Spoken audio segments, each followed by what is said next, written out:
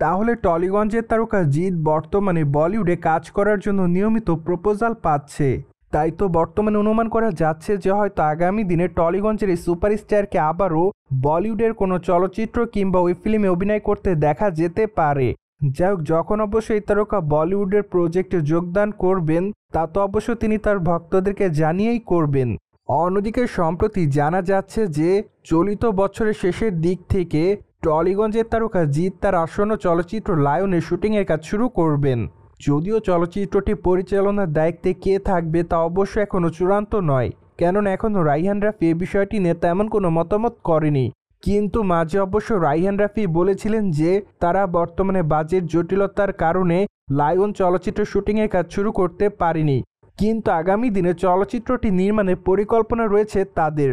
তাই তো বর্তমানে এক ঘনিষ্ঠ সূত্রের মাধ্যমে জানা যায় যে টলিগঞ্জের তারকা জিৎ লায়ন চলচ্চিত্রটি নির্মাণের জন্য পরিকল্পনা করছে, এমনকি চলিত বছরের শেষের দিক থেকে চলচ্চিত্র শুটিংয়ের কাজ শুরু করা হতে পারে। ঠিক এজন্য অনুমান করা যাচ্ছে যে হয়তো 2026 সালের দুর্গাপূজা উপলক্ষে চলচ্চিত্রটি মুক্তি পেলেও পেতে পারে। যাই হোক, চলচ্চিত্রটির অবশ্য আনুষ্ঠানিক ঘোষণা খুবই শীঘ্রই দেওয়া হবে এমনটাই জানা যায় সম্প্রতি এক ঘনিষ্ঠ সূত্রের মাধ্যমে। তাই তো বলাই বাহুল্য যে আপাতত জিৎ ভক্তদের জন্য খুবই একটি সুখবর হয়ে দাঁড়িয়েছে এটি। অন্যদিকে টলিগঞ্জের তারকা জিৎকে সর্বশেষ অবশ্য অভিনয় করতে দেখা যায় খাকি দ্য বেঙ্গল চ্যাপ্টার 1 ওয়েব সিরিজে। সিরিজটিতে অবশ্য তার অভিনয় রীতিমতো দর্শকদের কাছে নজর কাড়ে। পাশাপাশি এখানে অবশ্য তাকে একজন পুলিশ অফিসারের চরিত্রে অভিনয় করতে দেখা যায়। এমনকি সিরিজটিতে অবশ্য আরও অভিনয় করতে দেখা যায় টলিগঞ্জের দর্শকপ্রিয় তারকা প্রসেনজিৎকে। ফলে চলচ্চিত্রের পর্দায় তাদের দুজনের অভিনয় রীতিমতো তাদের সকল ভক্তদের কাছে নজর কাড়ে। তাই তো তারা তাদের অভিনয় গুণে বর্তমানে দর্শকদের কাছ থেকে প্রশংসা অর্জন করছে।